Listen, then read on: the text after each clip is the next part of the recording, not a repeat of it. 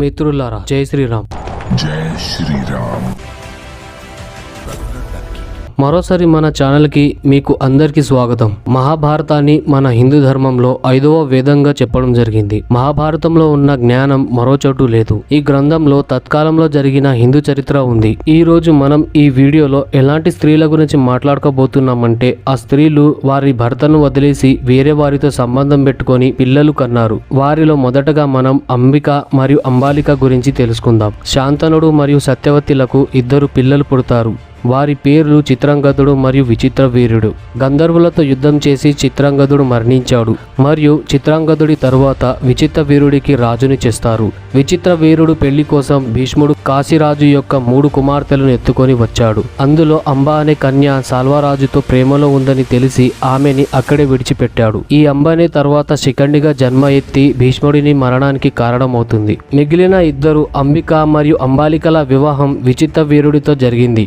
అయిన తర్వాత విచిత్ర వీరుడి వల్ల అంబిక మరియు అంబాలికలకు ఎలాంటి సంతానం కలగలేదు మరియు విచిత్ర వీరుడు అనారోగ్యం కారణంగా చనిపోయాడు. దాంతో సత్యవతి ఒక రోజు తన మరొక పుత్రుడైన వేదవ్యాసుడిని పిలిచింది. తల్లి బాధను విన్న వేదవ్యాసుడు ఇలా అన్నాడు: అమ్మ, మీ 2 కోడలను నా ముందు నగ్నంగా రమ్మని చెప్పు. నాకు ఎలాంటి కల్మషం లేకుండా సేవలు చెయ్యమని చెప్పు అని చెప్తాడు. అయితే ముందుగా పెద్ద కోడలు, ఆ తర్వాత చిన్న కోడలు నగ్నంగా వేదవ్యాసుడి దగ్గరికి వెళ్లారు. అయితే అంబిక వేదవ్యాసుడి తేజస్సుని చూసి కళ్ళు మూసుకుంది మరియు అంబాలిక భయపడి ఎర్రగా మారింది. దాని తర్వాత వేదవ్యాసుడు సత్యవతి దగ్గరికి వెళ్తాడు. తల్లి పెద్ద కొడుకు అంబికాకి మహా తేజస్సువంతుడైన పుత్రుడు జన్మిస్తాడు. కానీ అతనికి కళ్ళు ఉండవు మరియు అంబికాకి పాండురంగుడు పుడతాడు. ఇది విన్న తర్వాత సత్యవతి పెద్ద కోడలు అయిన అంబికాకి మళ్ళీ వేదవ్యాసుని దగ్గరికి వెళ్ళమని చెప్తుంది. అయితే అంబిక నిర్లక్ష్యంతో తన దాసిని మంచిగా తయారు చేసి వేదవ్యాసుడి దగ్గరికి పంపిస్తుంది. దాసి వేదవ్యాసుడిని మంచిగా గౌరవించి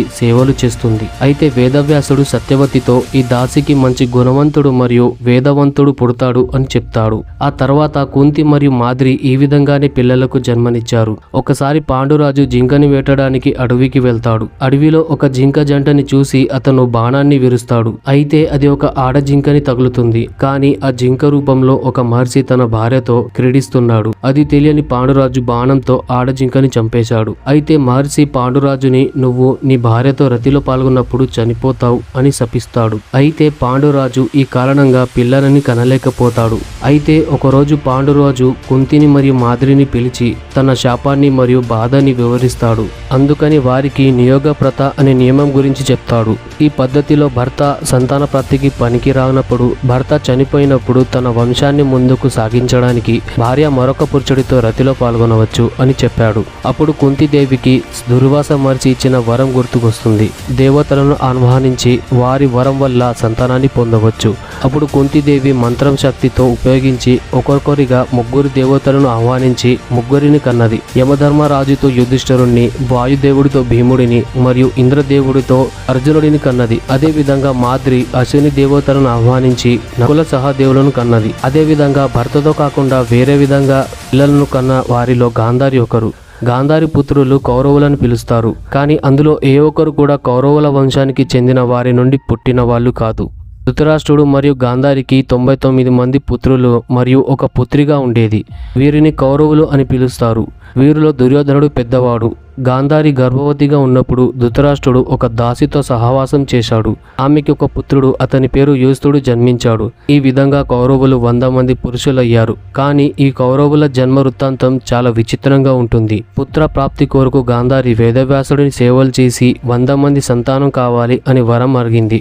గాంధారి గర్భం దాల్చిన 2 సంవత్సరాలైన తర్వాత కూడా ఆమెకు ఎలాంటి సంతానం కలగలేదు. దాంతో కోపంలో గాంధారి తన గర్భం మీద పిడుగుద్దులు గుద్దింది. దాంతో ఆమె గర్భం పడిపోయింది.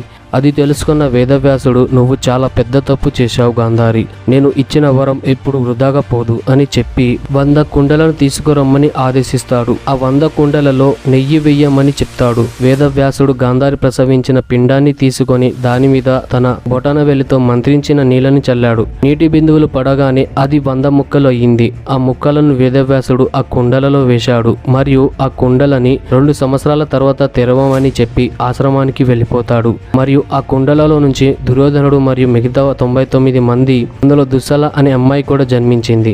అయితే ఫ్రెండ్స్, ఈ రోజుటి వీడియో ఇది. వీడియో కనుక మీకు నచ్చినట్లయితే ఖచ్చితంగా లైక్ చేయండి మరియు మన ఛానల్ని సబ్స్క్రైబ్ చేసుకోండి. Thank you friends, thank you for watching.